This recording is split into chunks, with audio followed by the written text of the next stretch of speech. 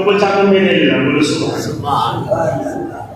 আবু জেহেল বলছে এখনই তুমি বলছো আমি মানবো না, আর এখনই তুমি বলছো আমি মেনে নিলাম, আর মানে বলছে আবু জেহেল জানো, যিনি না হলে তুমি তৈরি হইতেন না, যিনি তৈরি না হলে আমি তৈরি হইতাম না, যিনি তৈরি না হলে আল্লাহ আসমান জমিনকে তৈরি করতো না, যিনাকে আল্লাহ সৃষ্টি না করলে 18,000 মাখলুকাতের ওজুদ হতো না, যিনাকে তৈরি না করলে আপনার জান্নাত জাহান্নাম আল্লাহ কিছু তৈরি করতো না।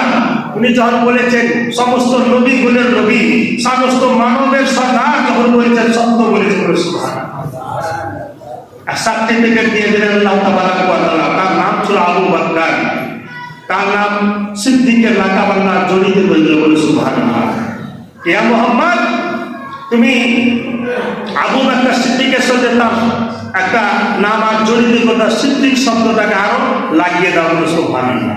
সিদ্দিক শব্দ লাগিয়ে দিল, সিদ্দিক মানে সত্য কথা বললে বলা, যে আবু বকর সিদ্দিক যাহা বললো সত্যই কথা বললো, বলে সুবহানাল্লাহ।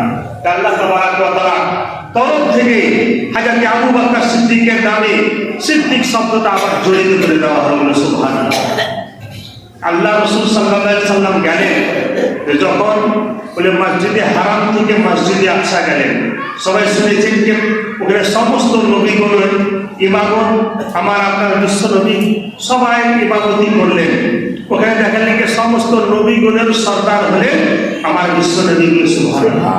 হযরত জিবরিল আমিন নিয়ে গেলেন, আল্লাহ তাবারাক ওয়া তাআলা খাস ফেরেশতা, সমস্ত ফেরেশতাদের সর্দার যাকে বলা রুহুল আমিন, হযরত জিবরিল আমিনকে পাঠালেন, আমার মাহবুবকে তুমি সাথে করে নিয়ে এসো, বলে সুবহানাল্লাহ।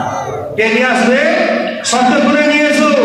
আল্লাহ তাবারাক ওয়া তাআলা নিজের মাহবুবের দিদার করবেন, জিবরিল আমিনকে পাঠাচ্ছেন, যিনি হলেন সমস্ত ফেরেশতাদের সর্দার।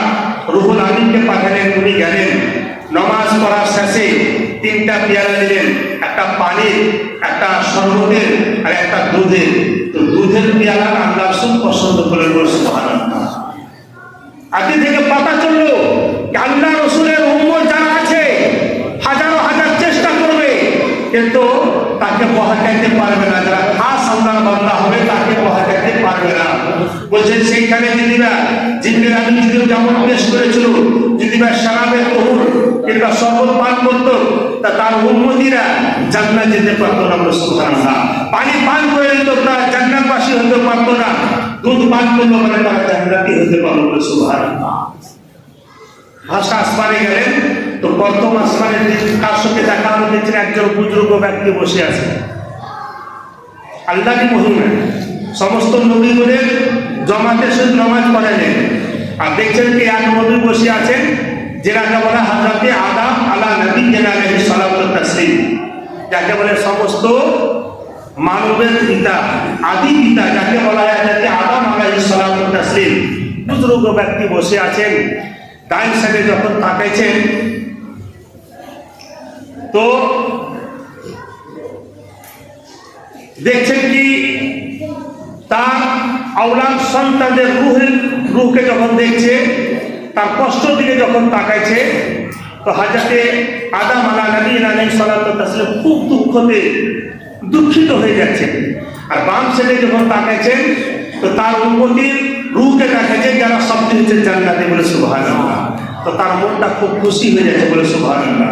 আল্লাহ রাসূল গেলেন, যাওয়ার পরে হযরতে আদম আলাইহিস সালাতু ওয়াত তাসলিম সম্মানে দাঁড়ালেন। আল্লাহ রাসূল সালাম করলেন। এখান থেকে একটা পাতা ছিল যে আনেওয়ালা যে হোক, আনেওয়ালা আসে আগে সালাম করবে, বলে সুবহানাল্লাহ। আসসালামু আলাইকুম ওয়া রাহমাতুল্লাহি ওয়া বারাকাতুহু।